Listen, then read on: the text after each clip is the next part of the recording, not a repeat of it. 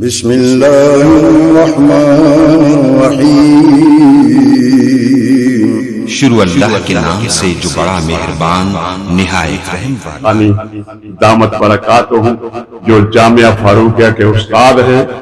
اب مجھے تو اچھا بھی نہیں لگتا کہ ان کے القابات صحیح طریقے سے ادا نہیں کر پا رہا ان کی شان کے اور مقام کے مطابق، نہ میں ان کو شاگرد کہہ سکتا ہوں، البتہ یہ کہہ سکتا ہوں میرے بچوں کے استاد ہیں۔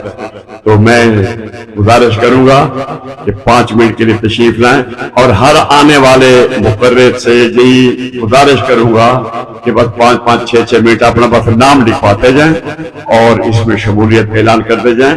اور ایک ہمارے ساتھی ہیں جو میرے خیال سے پاکستان میں سب سے زیادہ شریف میں ان کو کہتا ہوں کہ ہمارے لیے شریف ایک ہی ہے، مولانا شریف ہساروی صاحب۔ ان کی شفقت، ان کی محبت، یہ اللہ ان کو جزا خیر دے، اللہ ان کی عمر میں برکت دے، طول اللہ فی عمرہ، اللہ تعالیٰ ان کو سلامت رکھے۔ ان کے آنے پر اور ایک ہمارے قاضی صاحب، اگر کسی نے نکاح پڑھانا ہو تو ہمارے قاضی بھی موجود ہیں، پر نام میں نہیں لوں گا ان کا، ذرا وہ شرمیلے سے ہیں، اللہ ان کو خوش رکھے۔ آج وہ بھی شفقت فرمائی، وہ بھی تشریف لائے، ہمیں بڑی خوشی ہوئی ان کی آمد پر بھی، تمام حضرات کے آنے پر خوشی ہوئی۔ تو حضرت مولانا عبداللطیف تالقانی، میں گزارش کروں گا کہ چند کلمات عربی میں اور تھوڑا سا پھر اردو میں بھی بیان فرما کے، اور پھر ہم تو ان کو اجازت نہیں دیں گے، یہ ہمیں اجازت دیتے دوسرے آنے والے کے لیے۔ مولانا عبداللطیف تالقانی، استاد جامعہ فاروقیہ۔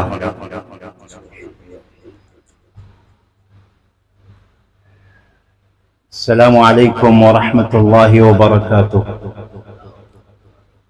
المحامد الزكية لله عز وجل، والصلاة العاطرة المعترة على إمام الحنفاء سيد الأصفياء محمد المصطفى، وعلى آله وصحابته ومن دعا بدعوته إلى يوم الجزاء. أما بعد، أعوذ بالله من الشيطان الرجيم. بسم الله الرحمن الرحيم. لقد كان لكم في رسول الله أسوة حسنة لمن كان يرجو الله واليوم الآخر. صدق الله مولانا العظيم. يقول شاعر رسول الله صلى الله عليه وسلم حسان بن ثابت: نبي أتانا من بعد يأس وفترة من الرسل والأوثان في الأرض تعبد، فأمسى سراجا مستنيرا وهاديا ولاح كما يلوح الصقيل المهند. فأمسى سراجا مستنيرا وهاديا ولاح كما يلوح الصقيل المهند. وضم الإله اسم النبي إلى اسمه إذا قال في الخمس المؤذن أشهد، وشق له من اسمه ليجله، فذو العرش محمود وهذا محمد. يا رب صل وسلم دائما أبدا على حبيبك خير الخلق كلهم.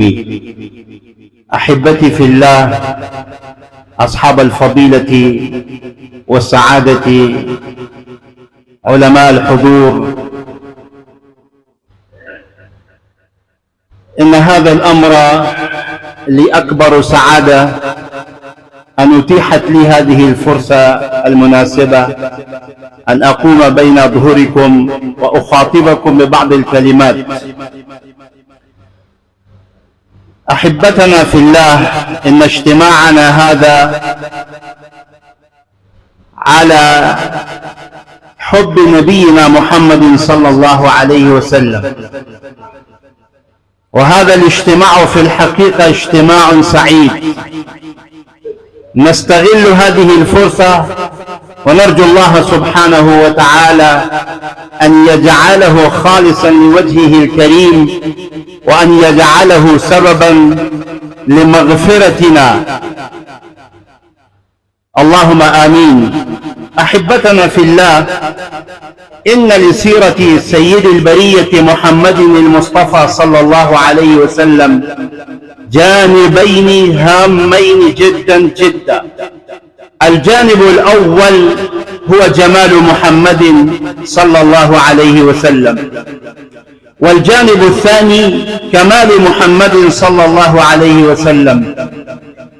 أما جمال محمد صلى الله عليه وسلم لو تصفحنا أوراق كتب الحديث والتاريخ والسير ما وجدنا غير رواية واحدة رواها الإمام أبو داود في سننه أن النبي صلى الله عليه وسلم عندما ذكر يوسف عليه الصلاة والسلام قال: وإنه أعطي شطر الحسن وإن نبيكم أحسن الناس وجها.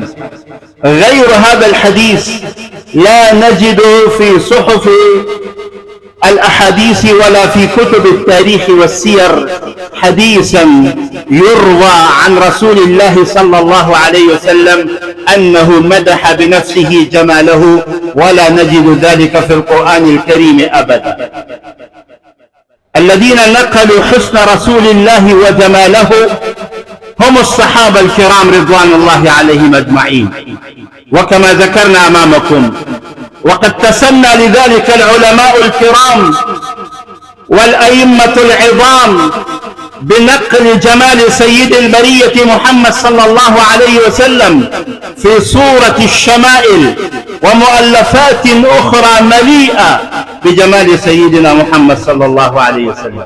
لكنكم تعرفون أن الجمال ليس في اختيار رسول الله صلى الله عليه وسلم، وهو مما لا يمكن أن يعطي أحدا من البشرية من جماله شيئا. كما أن أستاذا محنكا يستطيع أن يعلم مئات من الناس، لكن لا يستطيع أن يوفر لتلميذ من تلاميذه أو لأحد من الناس ما يملك من جمال مخلوق مبدع له. لا يمكن له أن يوفر من جماله شيئا. لكن الجانب الآخر من سيرة سيدنا محمد صلى الله عليه وسلم وكمال محمد صلى الله عليه وسلم، فالدين من البداية إلى النهاية كله كمال محمد صلى الله عليه وسلم.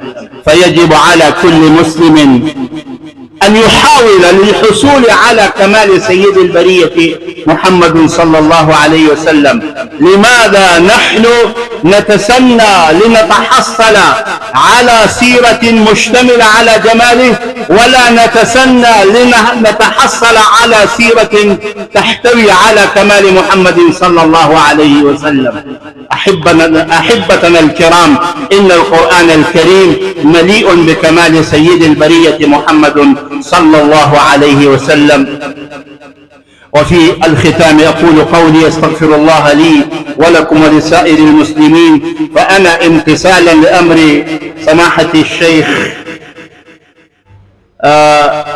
أستاذ الأساتذة في ساحة التجويد والقراءات الأستاذ قاري العداد حفظه الله تعالى وأطال الله بقاءه علينا، امتثالا لأمره قمت أمامكم وتكلمت بهذه الكلمات، ولم يكن هناك للمجال فسحة نتكلم، فأرحب بكم ترحيبا حارا من أعماق القلوب قلبي، وأسأل الله سبحانه وتعالى أن يجمعني وإياكم على طاعته يوم لا ينفع مال ولا بنون إلا من أتى الله بقلب سليم. وجزاكم الله خيرا وبارك الله فيكم.